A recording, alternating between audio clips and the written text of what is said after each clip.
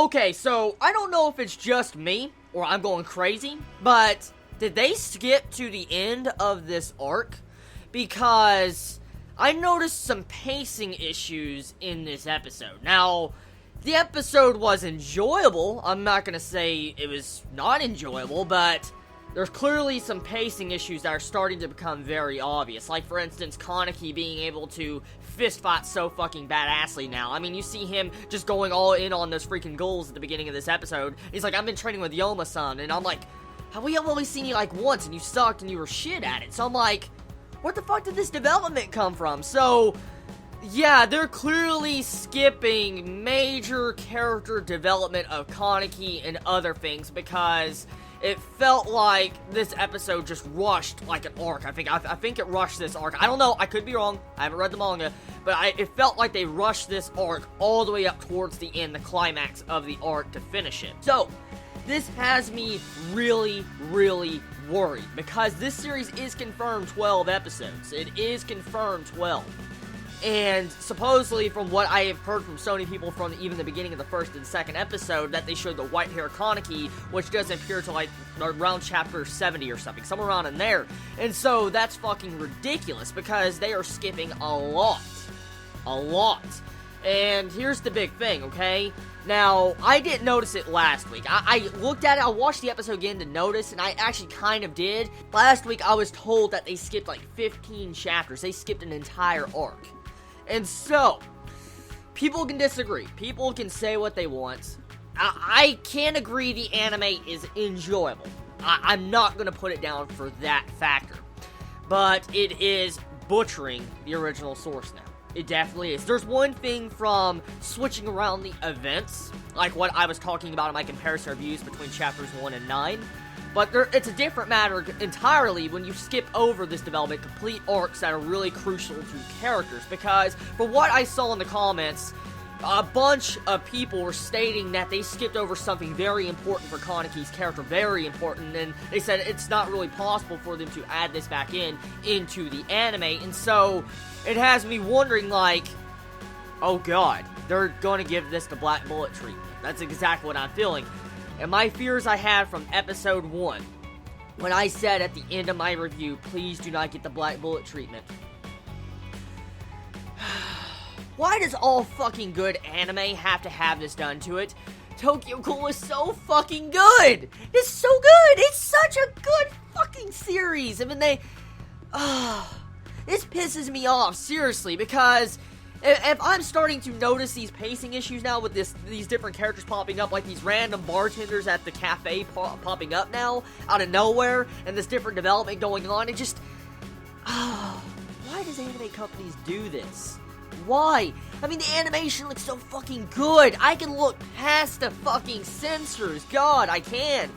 But when you're butchering the original source, you're going too far. There's, like I said, it's one thing from changing the events a little bit and rearranging them, like I said many times. But when you skip an arc, and I can see you're clearly skipping character development for Kaneki and other characters, that's not good. And that's got me disappointed, it really does, because this series is really, really good. It's a really good series. I mean, I fucking love this series. I mean, I look forward to watching it every Thursday. I do. I mean, I look forward to it. I still look forward to the next episode of Tokyo Ghoul. But it saddens me how this anime is going to get rushed, butchered, and it's going to probably have everybody bitching on the ending at the end. I might even do that too, because... you know how much I hate having to rant on this series? You know how much I really hate having to make this right now just to say how much I don't like how they're rushing it? I don't like it, because I really enjoy this series, and you all know it. I mean, why would I go out of my way to make comparison reviews, different reviews, and stuff like that to just want to rant on? I wouldn't. So, it's saddening to see this happen. It really is. It just, hopefully, it's my eyes deceiving me. Hopefully, I am wrong, and hopefully, this isn't being rushed. Hopefully, it's just me seeing things. I hope I am. Let me know, manga readers, please don't spoil, but let me know if they are rushing this, because I want to read the manga, but I didn't want to read the manga until after the anime ended. But, I mean, the way they're going now, I don't even know if they're going to stay canon to the very end, so... I don't know. So anyways, about this episode, okay, getting on to the development of this episode. The episode was really good. In my eyes, as an anime-only watcher, the episode was good. If I look past the rushing and the different, like, what the hell happened? Like, how did you get this character development of fighting? I mean, it was a good episode. I mean, getting to see Nishio back, I clearly thought he was dead. I honestly thought he was dead on that, like, second episode. I thought he got fucking mutilated by Kaneki. I did not know he was going to be alive. And to see him alive again really shocked me. I was like, holy shit, Nishio's alive. I thought he was an non-important character to the series. I thought he was just going to be thrown to the side and he was dead. So, to find out he is back got me. The big thing is this episode really focused on Nishio as a character. It really focused on giving him character development. For instance, at first when we first met him, he was an unlikable asshole that we all hated. We did not like him, and at the exact same time, we all despised and we didn't think much of him. But with this episode, it kind of tries to give you a different perspective on Nishio. For instance, we find out his backstory of how he used to have this sister, and his sister pretty much supported them. They were living in a shack, so it was a really impactful episode getting to see how Nishio's sister was supporting them, but at the exact same time, you see how Nishio's sister, you know, grew to love a human. And the big thing is that this human betrayed, you know, Nishio's sister and turned her in. She got killed, and then you had Nishio gain his revenge, and he said that his sister was in the wrong. For instance, she reaped what she sowed with this person, and so she deserved to die, technically. It was a really sad scene, it really was, and I enjoyed that backstory. That was really impactful, and it shows you even if you're a ghoul, you can still love a human.